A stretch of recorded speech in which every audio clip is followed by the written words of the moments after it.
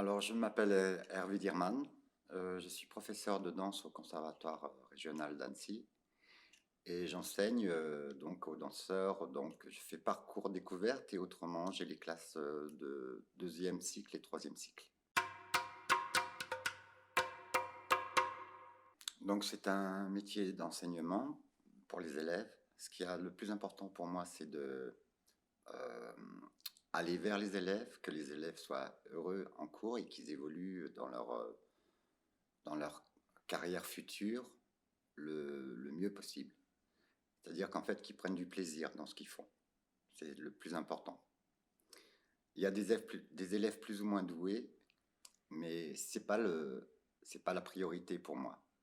Un élève qui est motivé sera beaucoup plus apte à grandir dans son art que d'avoir un élève hyper doué et qui ne travaille pas suffisamment.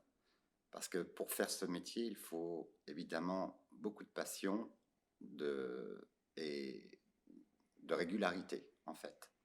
Si on ne travaille pas chaque année et chaque cours régulièrement, on perd automatiquement.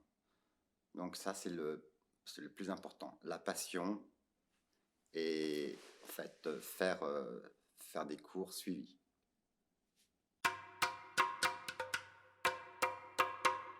Alors, ma formation, elle est un peu spéciale parce qu'en fait, j'ai commencé très tard.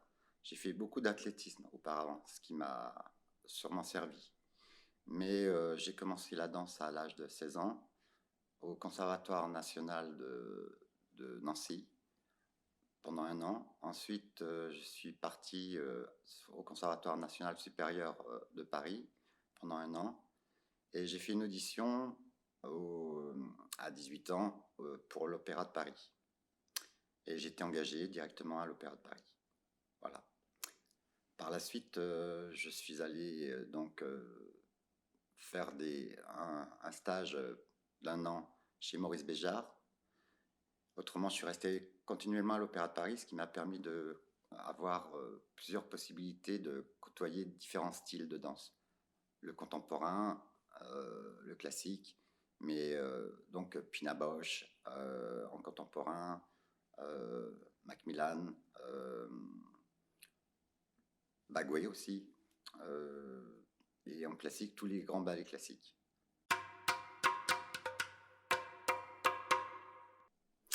Alors, cette question, en fait, je me la pose par rapport, en tant que danseur, personnellement. J'ai vu une évolution, effectivement. Des profs très rigides dans l'enseignement, euh, très directifs. Par contre, maintenant, on va plus vers les élèves et on a des rencontres qui se font avec certains professeurs qui sont extraordinaires, qui sont à l'écoute de l'élève, qui regardent les possibilités des élèves, et ça, c'est super important, et qui donnent envie aux élèves d'aller plus loin. Mais je trouve que ça a beaucoup évolué dans l'écoute, surtout par rapport aux élèves. Parce que le principal pour un professeur ou un chorégraphe ou un directeur, c'est d'avoir quelqu'un qui ait envie en face de lui et qui ne triche pas et qui a toujours cette envie profonde de progresser et donner le meilleur de lui-même.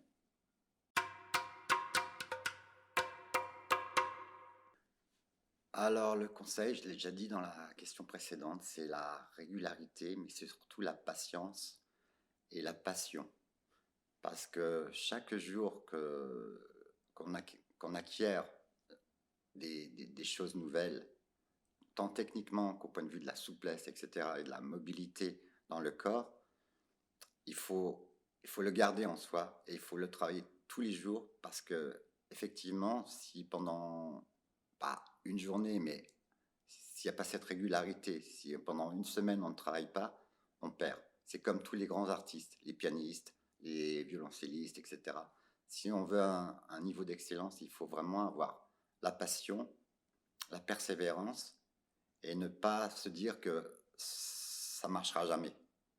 Il faut toujours penser pourquoi ça ne fonctionne pas, écouter les conseils qui sont donnés par les professeurs ou les gens qui sont autour de soi pour pouvoir progresser.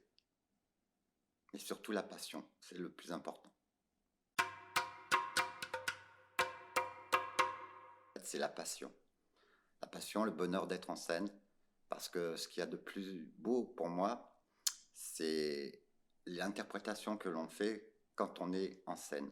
C'est pas seulement le geste qui va être important, c'est ce que l'on va ressentir en soi et ce que l'on va exprimer en faisant ce geste. Donc c'est continuellement, quand on est en train de faire un rôle spécifique, on est en train d'interpréter. Donc il y a cette interprétation qui nous transporte et qui nous donne beaucoup de bonheur. J'ai fait le ballet le plus marquant pour moi, ça a été Huis clos de Maurice Béjart. Donc c'est tiré du livre de Sartre. Et c'était un ballet où on bougeait beaucoup. On était trois individus en scène et on interprétait un personnage qui était très très fort. Donc trois personnages qui se retrouvent ensemble et qui sont complètement à l'opposé. Et il faut qu'ils vivent ensemble dans une pièce close.